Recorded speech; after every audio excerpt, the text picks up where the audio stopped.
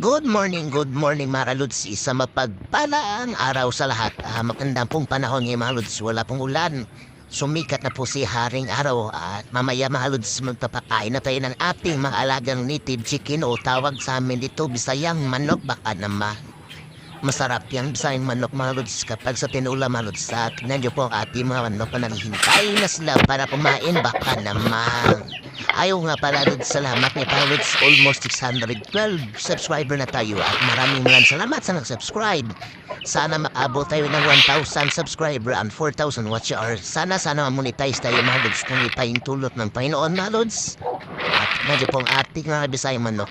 Una sa lahat, salamat sa Diyos at salamat sa mga nag-subscribe ng ating YouTube channel. Baka naman.